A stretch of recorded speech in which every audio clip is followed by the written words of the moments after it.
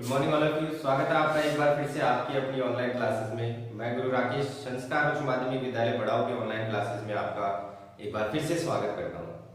विद्यार्थियों, हम 11th class की बायोलॉजी का जो फर्स्ट बेसिक इंट्रोडक्शन वाला चैप्टर है उसकी हम चर्चा कर रहे थे।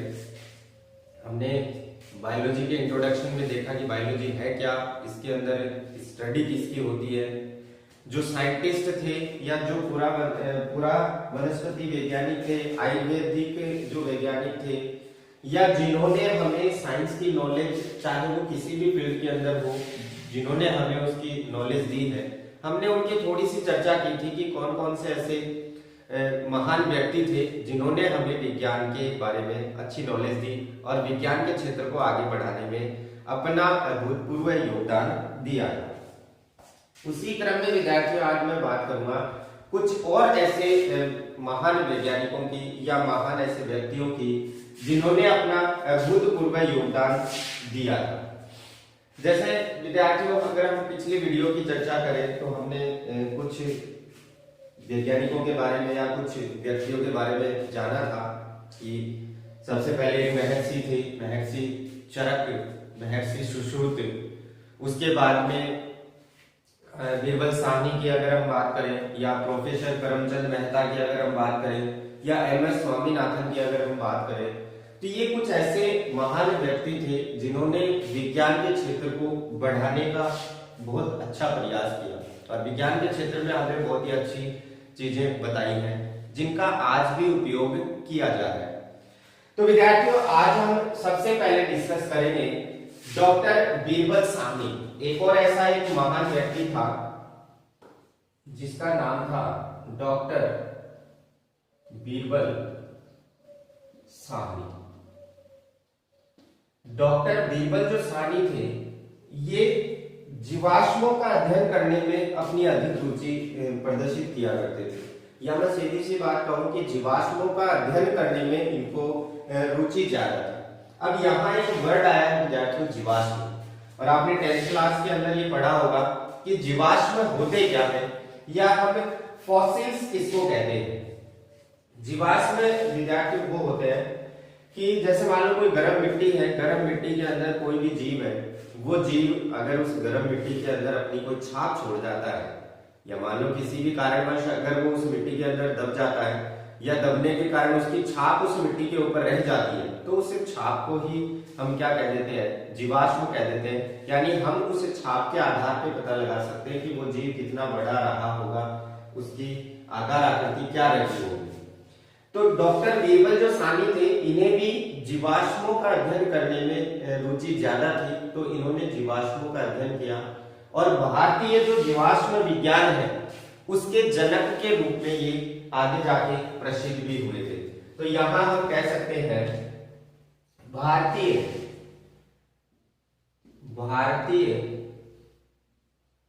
पूरा वनस्पति विज्ञान के जनक किसको माना गया है? डॉक्टर बीरबल साहनी को माना गया है, यानी फादर ऑफ पेलियोबॉटनी। पेलियोबॉटनी से मतलब मेरा वही है, जीवाश्म विज्ञान। फादर ऑफ पेलियोबॉटनी किसको कहा गया? डॉक्टर बीरबल साहनी को कहा गया। इन्होंने हमें जीवाश्म विज्ञान के बारे में बताया और इन्हीं के द्वारा एक इंस्टीट्यूट की भी स्थापना की गई थी, डॉक्टर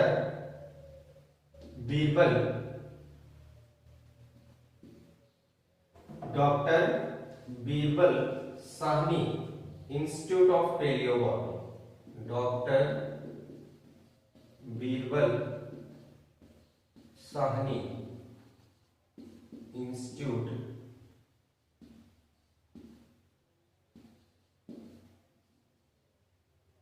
ऑफ पेलियोबॉटनी।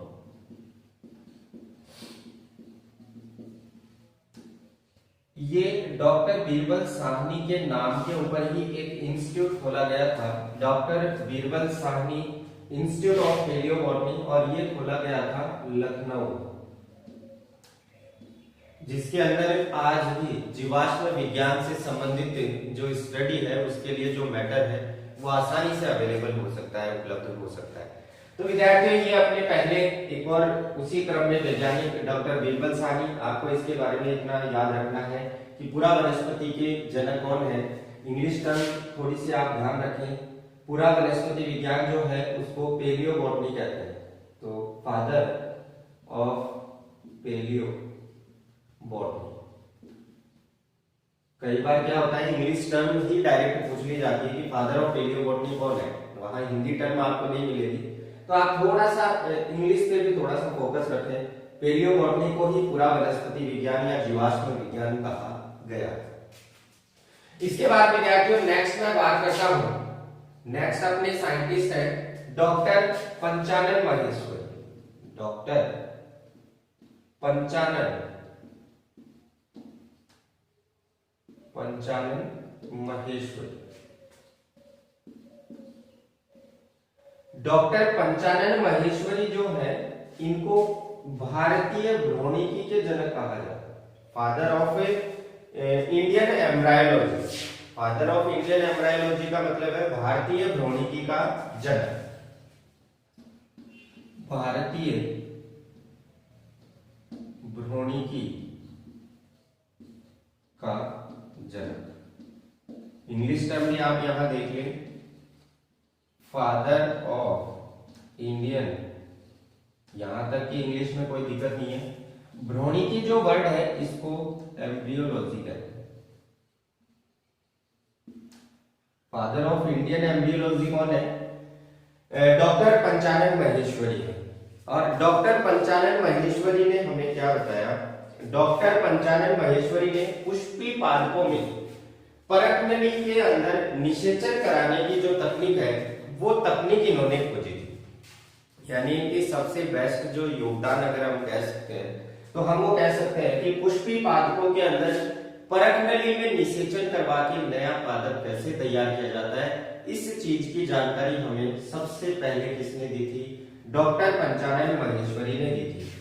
इसी के साथ अगर मैं बात करूं तो इसी तकनीक के द्वारा, कौन सी तकनीक के द्वारा कि परकनली के अंदर निषेचन करवा के जनन कैसे करवाया जाता है, इसी तकनीक के माध्यम से जो पुष्पी पादप है उनके बीजों की जो प्रसुप्ति है, या मैं कह सकता हूं कि उनके उन पादपों की जो सुषुप्ति काल है, बीजों की जो सुषुप्ति काल है उसको कम किया जा सकता है।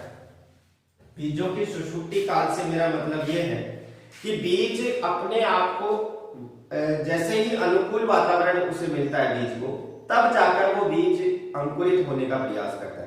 और जब तक उस बीज को अनुकूल वातावरण नहीं मिलता तब तक वो अपने आप को सुप्त अवस्था में या सुषुप्त अवस्था के अंदर रखने का प्रयास करता है ताकि वो अपने अंदर के जीव द्रव्य को सुरक्षित रख सके। तो पंचानन महेश्वरी की ये जो तकनीक थी कि पुष्पी पादपों में परकनली के अंदर निषेचन कैसे करवाया जा सकता है, उस तकनीक के द्वारा उन बीजों की जो सुषुप्ति काल है उसको कम किया गया। तो हम यहां कह सकते हैं इनकी तकनीक द्वारा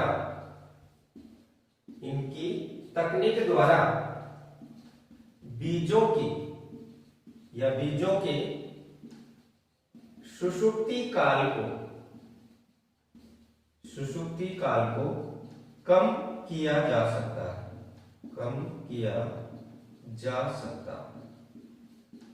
ये सबसे इंपॉर्टेंट चीज इनकी हम मान सकते हैं। इसके बाद अगर मैं पंचानन महेश्वरी की किताब की बात करूं या इनके द्वारा रचित एक पुस्तक की बात करूं तो उस पुस्तक का नाम है, अगर इनके द्वारा रचित पुस्तक की बात करें तो इनकी पुस्तक है a introduction to the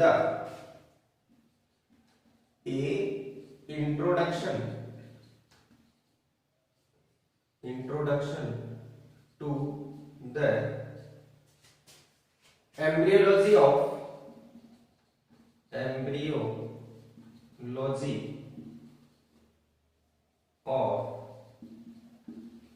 angiosperm।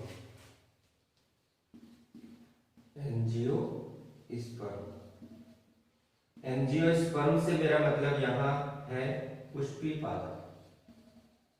Angiosperm कौन है? पुष्पी पादप। देखो जिम्नोस्पर्म और एंजियोस्पर्म यहाँ दो प्रकार के पादप आपको देखने को मिलेंगे। जिम्नोस्पर्म और एंजियोस्पर्म क्या होते हैं? जिम्नोस्पर्म के अंदर अगर मैं बात करूं, बेसिकली यहाँ थोड़ा सा अंतर हम देख लेते हैं। एक तो होते हैं जिम्नोस्पर्म और एक होते हैं एंजियोस्पर्म। पादप दो प्रकार के, जिम्नोस्पर्म और एंजियोस्पर्म। जिम्नोस्पर्म की अगर मैं बात करूं तो इस वर्ड के हम थोड़े से टुकड़े करते हैं। जी में प्लस नो प्लस स्पर्म या स्पर्मा भी हम ले सकते हैं। अब अपनी भाषा के अंदर हम इसको थोड़ा सा समझने का प्रयास करते हैं। जी में का मतलब जिसमें, जी में का मतलब क्या लिया गया है? जिसमें। नो, अंग्रेजी में नो का मतलब क्या होता है? नहीं। और प्लस स्पर्मा का मतलब होता है बीजावरण। बीजावरण से यहां मेरा मतलब है बीज के चारों तरफ जो आवरण पाया जाता है उस आवरण की बात की जा रही है। तो यहां हमने क्या किया? इस जिम्नोस्पर्म शब्द को तोड़ा, जिम प्लस नो प्लस स्पर्मा। अब इसका अर्थ हमने निकाला। जिम का मतलब हुआ जिसमें, नो का मतलब नहीं, स्पर्मा का मतलब बीजावरण। इसका मतलब जिम्नोस्पर्म कौन है? जो नग्न बीजी होते हैं या जिसमें बीज के चारों तरफ, बीज के चारों तरफ बीजावरण नहीं होता। बीज के चारों तरफ अगर बीजावरण नहीं होगा तो वो बीज क्या होगा? नंगा होगा। और नंगा बीज होगा, इसका मतलब हम उसको नग्न बीजी कह सकते हैं। नग्न का मतलब नंगा, बीजी का मतलब बीज। तो जिम्नोस्पर्म का यहाँ सीधा सा अर्थ हमारे सामने आ गया कि नग्न बीजी हम जिम्नोस्पर्म को कह सकते हैं। इसमें बीज के चारों तरफ आवरण नहीं पाया जाता। अब इसका एकदम एंटी हो जाएगा क्या? एंजियोस्पर्म। एंजियोस्पर्म में बीज के चारों ओर, बीज के चारों ओर बीजावरण पाया जाता है, पाया जाता है। तो ये विद्यार्थी जिम्नोस्पर्म एंजियोस्पर्म की बेसिक सी जो बात हमारे सामने आ गई उसको मैंने यहाँ क्लियर कर दिया है। जिम्नोस्पर्म और एंजियोस्पर्म की अगर परिभाषा आपसे पूछी जाए तो जिम्नोस्पर्म के अंदर बीज के चारों तरफ आवरण नहीं होगा और एंजियोस्पर्म में बीज के चारों तरफ आवरण होगा। तो ये तो बात थी विद्यार्थी अपनी डॉक्टर बीरबल साहनी, पंचानन महेश्वरी। इसके बाद में मैं बात करता हूं ऐसे ही एक और वैज्ञानिक थे, प्रोफेसर करमचंद मेहता, एक अन्य महान व्यक्ति जिन्होंने अपना योगदान दिया विज्ञान के क्षेत्र में। तो नेक्स्ट साइंटिस्ट जो है वो है अपने प्रोफेसर करमचंद मेहता। प्रोफेसर करमचंद मेहता जो थे उन्होंने गेहूं और जौ के अंदर जो कीट रोग की समस्या थी उनके ऊपर उन्होंने कार्य किया था। यानी यहां मैं कह सकता हूं गेहूं व जौ में कीट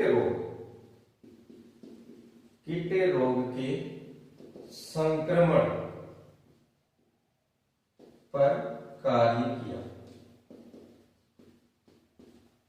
संक्रमण पर कार्य करने से मतलब मेरा यहाँ ये है कि उन्होंने ये जानने का प्रयास किया कि गेहूं और जौ के अंदर, पहाड़ी क्षेत्रों में या मैदानी क्षेत्रों के अंदर जो कीट रोग है गेहूं और जौ में होने वाला, वो कीट रोग किस तरीके से कम किया जा सकता है। क्योंकि ये हमें पता है कि अगर किसी फसल के अंदर कोई रोग उत्पन्न होगा तो उससे फसल का उत्पादन भी कम होना है और उसकी गुणवत्ता भी क्या होनी है?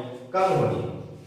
तो इन्होंने क्या बताया? इन्होंने बताया कि ग्रीष्म ऋतु में रोगजनक बीजाणु जो है वो उप हिमालयी क्षेत्रों में, अगर हम ग्रीष्म ऋतु की बात करें, ग्रीष्म ऋतु में ये जो संक्रमण फैलाने वाले बीजाणु थे, ग्रीष्म ऋतु में संक्रमण करने वाले बीजाणु उप हिमालय क्षेत्रों में, उप हिमालय क्षेत्रों का मतलब क्या है, यानी ठंडे इलाकों के अंदर उप हिमालय क्षेत्र में जीवनक्षम होते हैं, जीवनक्षम होते हैं। जीवनक्षम से मतलब आप समझ गए होंगे कि जैसे ही ग्रीष्म ऋतु आती है, जैसे मान लो कि मैदानी क्षेत्रों के अंदर ग्रीष्म ऋतु चल रही है और उन्हें जीवित रहने के लिए, यानी वो कीट रोग के जीवाणु या कीट रोग के वो संक्रमण कारक जो रोग उत्पन्न करने का कार्य करते हैं, वो ग्रीष्म ऋतु के अंदर रोग उत्पन्न नहीं कर पाएंगे। तो उसे अपने आप को जीवित रखने के लिए क्या करना पड़ेगा, उसे ठंडे एरिया के अंदर या ठंडे इलाके के अंदर जाना पड़ेगा। तो वो कहां पर अपने आप को जीवित रखने के लिए चले जाते हैं, वो चले जाते हैं उप हिमालय क्षेत्रों में। अब उन्होंने क्या किया, उन्होंने अपने पूरे एक्सपेरिमेंट में निष्कर्ष निकाला कि ग्रीष्म ऋतु में पक्सिनिया जो उसे संक्रमण कारक का नाम है, उसके यूरो बीजाणु 1450 मीटर की ऊंचाई वाले जो घास क्षेत्र है उनके अंदर जाकर अपना जीवन यापन करने लगा। यानी उन्होंने अपने एक्सपेरिमेंट के अंदर ये देखा कि मैदानी क्षेत्र और पहाड़ी जो क्षेत्र है उनमें से संक्रमण कहाँ ज्यादा होता है, किस तरीके से होता है, उससे कैसे बचा जा सकता है।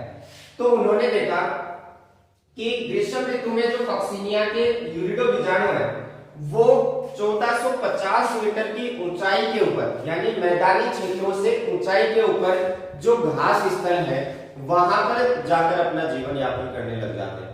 यानी ग्रीष्म ऋतु के अंदर तो चले जाते हैं वो वहां ऊपर, और जैसे ही शीत ऋतु आती है वो वहां से नीचे की तरफ आते हैं और मैदानी क्षेत्रों की जो फसल है उसके अंदर अपना संक्रमण या हम कह सकते हैं कि कीट रोग जो है वो फैला देते हैं। अब इससे बचने के लिए उन्होंने क्या किया, उन्होंने पहाड़ों पर गेहूं की फसल इन बीजाणुओं के द्वारा, यानी अगर पहाड़ी क्षेत्रों की अगर मैं बात करूं तो पहाड़ी क्षेत्रों में जब ग्रीष्म ऋतु होगी तब वहां पर वो अपना संक्रमण नहीं फैला पाएंगे। तो पहाड़ी क्षेत्रों के अंदर वो लगभग हम ये मान सकते हैं कि नवंबर जो माह है, ठंडी ऋतु होती है, शीत ऋतु हम उसको कह सकते हैं। तो पहाड़ी क्षेत्रों में ये यूरिडो बीजाणु नवंबर माह में गेहूं की फसल को क्या कर सकते हैं, संक्रमित कर सकते हैं। अब नवंबर माह में अगर पहाड़ी क्षेत्रों में गेहूं की फसल संक्रमित हो रही है, इसका मतलब संक्रमण से उस फसल को नुकसान होगा। इस आधार पर वो कह रहे हैं कि मैदानी भागों में अगर प्रतिवर्ष कीट रोग के प्राथमिक संक्रमण को अगर हम कम करना चाहें तो हम इस संक्रमण को पहाड़ी क्षेत्रों से होने से, यानी पहाड़ी क्षेत्रों में वो जो संक्रमण कारक उपस्थित है, मैदानी क्षेत्रों में वो संक्रमण कारक ना आए, इस हेतु से हम रोक सकते हैं। यानी सीधी सी बात अगर आप समझना चाहें तो मैं आसान सी भाषा में आपको ये समझाने का प्रयास कर रहा हूं कि पहाड़ी क्षेत्रों के अंदर नवंबर माह के अंदर जो कीट रोग के रोग कारक है वो फसल को क्या करते हैं, नुकसान पहुंचाते हैं, या नवंबर माह के अंदर वो फसल को क्या करते हैं, संक्रमित करते हैं। अब इस आधार पर हम ये कह सकते हैं कि मैदानी भागों में प्रतिवर्ष कीट रोग का प्राथमिक संक्रमण कौन से क्षेत्र से होगा, यानी कीट रोग सबसे पहले कौन से क्षेत्र से उत्पन्न हुआ, पहाड़ी क्षेत्र में या फिर मैदानी क्षेत्र में। तो हम कह सकते हैं कि पहाड़ी क्षेत्र में प्राथमिक संक्रमण सबसे पहले होता है, क्योंकि पहाड़ी क्षेत्र के अंदर नवंबर माह में क्या होगा, उससे यूरिडो बीजाणु के द्वारा संक्रमण उत्पन्न कर दिया गया।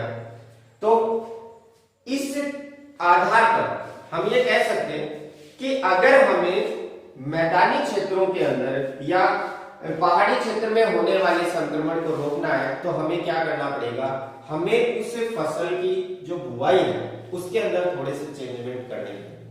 या हमें ये एक तरीका ये भी हम अपना सकते हैं कि पहाड़ी क्षेत्रों में कुछ वर्षों तक क्या नहीं करें, हम वहां पर फसल उगाएंगे। अगर फसल नहीं उगाएंगे तो संक्रमण नहीं होगा, संक्रमण नहीं होगा तो वो जो यूरिडो बीजाणु है वो प्रजनन नहीं कर पाएगा, प्रजनन नहीं होगा, संख्या नहीं बढ़ेगी, तो अपने आप उस रोग को उत्पन्न करने वाले जो कारक है वो कम हो जाएंगे।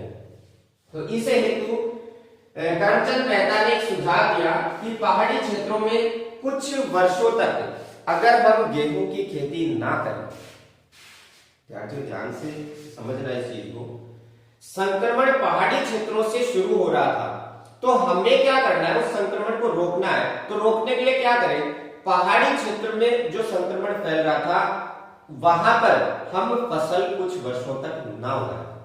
अगर हम वहां फसल नहीं उगाएंगे तो प्राथमिक जो संक्रमण है वो नहीं हो पाएगा, और कुछ वर्षों तक अगर वहां खेती ना करें तो मैदानी क्षेत्र में जो कीट रोग का प्रभाव है वो हम कम कर सकते हैं कुछ हद तक, क्योंकि वो संक्रमण पहाड़ी क्षेत्रों से ही कहां आएगा, मैदानी क्षेत्रों की तरफ आएगा। तो प्रोफेसर करमचंद मेहता जो थे, इन्होंने अपने संपूर्ण जो एक्सपेरिमेंट है उसमें ये निष्कर्ष निकाला कि पहाड़ी क्षेत्रों में प्राथमिक संक्रमण होता है। पहली बात तो ये उन्होंने बताई, प्राथमिक संक्रमण कौन से क्षेत्र में हो रहा था, पहाड़ी क्षेत्रों में हो रहा था। अब इस पहाड़ी क्षेत्र में, किसके अंदर, इस पहाड़ी क्षेत्र में कुछ वर्षों तक फसल ना उगाकर मैदानी भागों में, कौन से भागों में, मैदानी भागों में संक्रमण को कम कर सकते हैं, संक्रमण कम कर सकते हैं। ये उन्होंने अपने संपूर्ण प्रयोग में निष्कर्ष निकाल लिया कि अगर आपको मैदानी भाग की फसल को बचाना है तो आप पहाड़ी क्षेत्रों में कुछ वर्षों तक फसल ना उगाएं, ताकि जो पक्सिनिया का यूरिडो बीजाणु है वो यूरिडो बीजाणु गेहूं की फसल को नुकसान ना पहुंचा सके।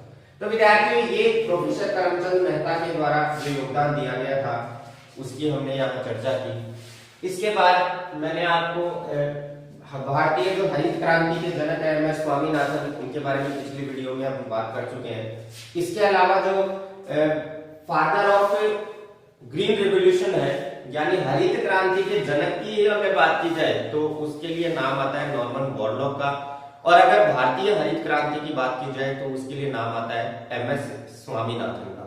तो विद्यार्थियों, ये कुछ ऐसे महान व्यक्ति थे जिन्होंने विज्ञान के क्षेत्र के अंदर अपना बहुत अच्छा योगदान दिया, विज्ञान की तकनीकों को आगे बढ़ाने का उन्होंने प्रयास किया। एक साइंटिस्ट और है भारतीय ब्रायोलॉजी के जनक जिनको कहा जाता है, उनका नाम है शिवराम कश्यप। आपको ये भी याद रखना है, शिवराम कश्यप।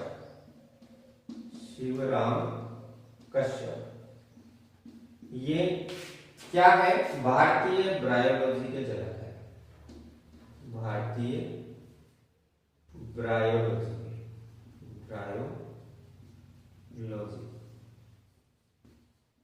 के जनक। ये कुछ साइंटिस्टों की, विद्यार्थियों हमने बात की जिन्होंने अपना योगदान दिया था। उम्मीद करता हूँ आपको ये समझ में आया होगा। अगर कोई डाउट हो, कोई समस्या हो, अगर कहीं पे आपको लग रहा हो कि मुझे ये चीज समझ में नहीं आ रही, तो प्लीज कमेंट बॉक्स में जाके कमेंट कर दीजिए, मैं आपकी उस समस्या का समाधान जरूर करूंगा। तब तक के लिए कंटिन्यूअसली वीडियोस को देखते रहिए। धन्यवाद। घर पे रहें सुरक्षित।